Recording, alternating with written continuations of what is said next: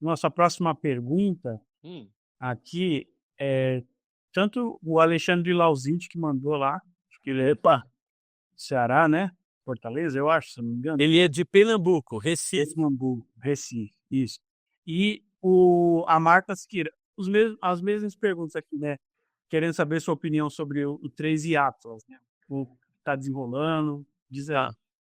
Então, o 3i Atlas, ele, assim, no começo lá, eu imaginava que poderia ser um cometa ali, né, mas aí começaram a acontecer anomalias, mesmo assim ainda fiquei no cometa, um cometa totalmente atípico, como ele está vindo, né, é um interestelar, está vindo de outro sistema, né, então pode ser que tenha essas anomalias, essas discrepâncias aí.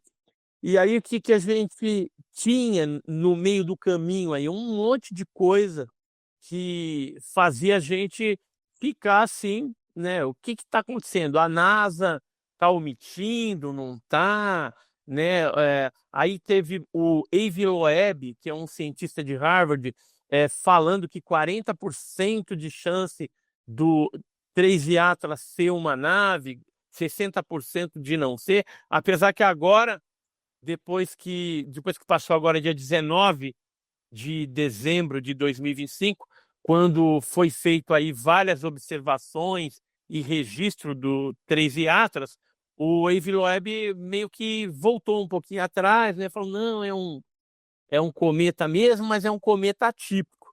Então, eu entendo aí que é bem provável que seja realmente um cometa atípico, totalmente diferente de tudo aquilo que a gente já viu até hoje, mas por que que o Avi Loeb levantou, ele nunca afirmou que era uma nave extraterrestre, né? Mas por que que ele aventou essa hipótese?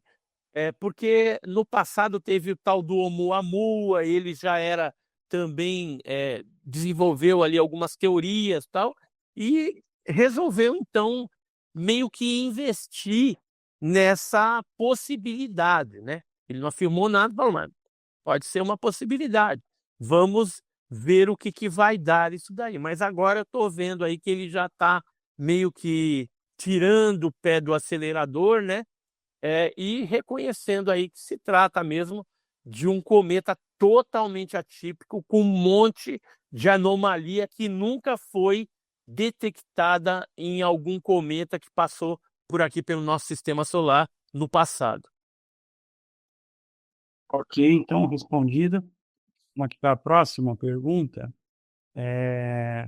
Aqui, ó, que você tinha mandado, né, ela escrito, falou assim: "Por que os OVNIs estariam interessados nas usinas nucleares espalhadas no planeta Terra?"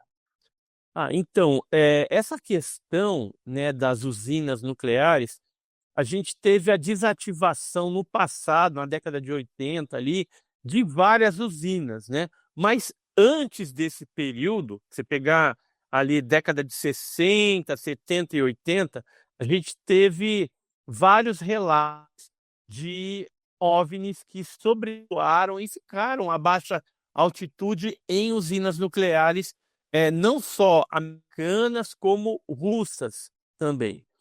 E no caso das americanas, por exemplo, Malmstrom, né, e várias outras usinas, chegaram a ter ali a presença desses objetos.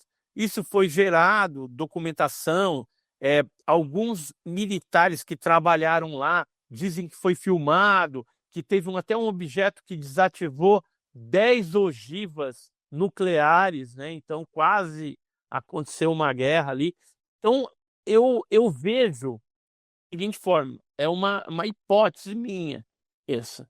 Eh, Esses objetos iam para uma instalação nuclear, porque talvez aquelas bombas ali, aquele material nuclear, poderia de alguma forma afetar a vida deles também, ou alguma base que eles tivessem em algum lugar, né. Então, por algum motivo, se a bomba fosse detonada, afetaria o mundo deles e a vida deles, seja em outra dimensão, seja uma base submarina, uma base subterrânea, sei lá, de alguma forma afetaria. Por isso que eles vinham, naquela época, nas 60, 70 e 80, essas décadas, e traziam mensagens que era para o ser humano desativar, acabar com as bombas nucleares. E foi o que foi feito. Houve um momento em que se desenvolveu uma bomba muito mais potente, mas que não era bomba atômica, né? Era bomba de hidrogênio lá, e aí essa bomba, que é muito mais potente, foi substituindo todas aquelas instalações ali nucleares. E em função disso, a gente teve uma diminuição considerável desses objetos voadores nessas bases que começaram a ser desativadas. Só que o que aconteceu? Em 2024, os Estados Unidos, principalmente, começou a reativar essas bases que já estavam obsoletas ou estava meio parada, começou a ativar. E aí começou a aparecer OVNI de novo nesses locais. Então, é, tem que ter aí alguma explicação, né, para esse aumento até de avistamentos, né, nesses locais, nessas bases nucleares aí. E o interessante é que, assim, no Brasil, a gente tem lá Angra, né, tem algumas coisas, essas regiões também são áreas que, vez ou outra, tem aparecimentos de OVNIs aí, né?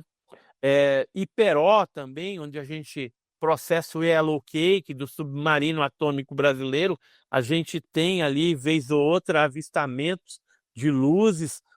Sabemos que a criatura de Varginha, em 96, foi levada para Iperó, que é essa base de segurança da Marinha, e sempre assim, essas instalações que mexem com energia nuclear, ela tem uma segurança maior, e aí por isso que essas questões ufológicas, né, seja naves, sejam seres biológicos, tripulantes dos OVNIs, geralmente são encaminhados para lá, porque não teriam um acesso tão facilitado, né?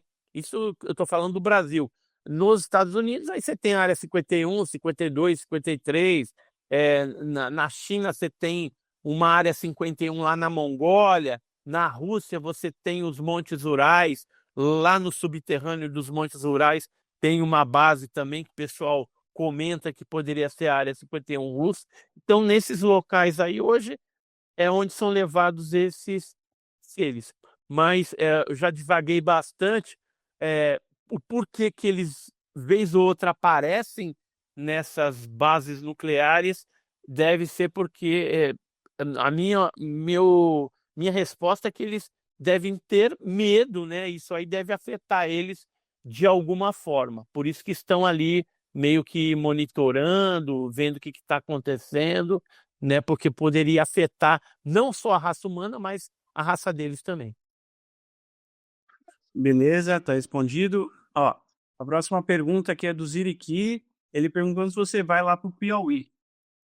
Então, depois que eu fizer essa investigação em Cláudio e Varginha, aí a gente vai ver o que faz. Se já vai imediatamente para lá ou se vamos um pouquinho depois, mesmo porque já tem gente também indo lá para o Piauí fazendo essas investigações, coletando, né, depoimentos de pessoas, fazendo vigílias, tentando registrar o fenômeno lá.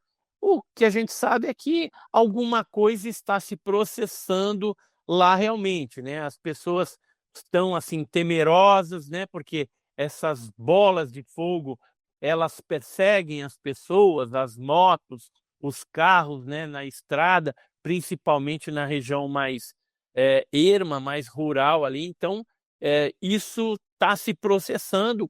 É importante estar se investigando em loco, conversando com as testemunhas, indo nesses locais para identificar o que tem lá,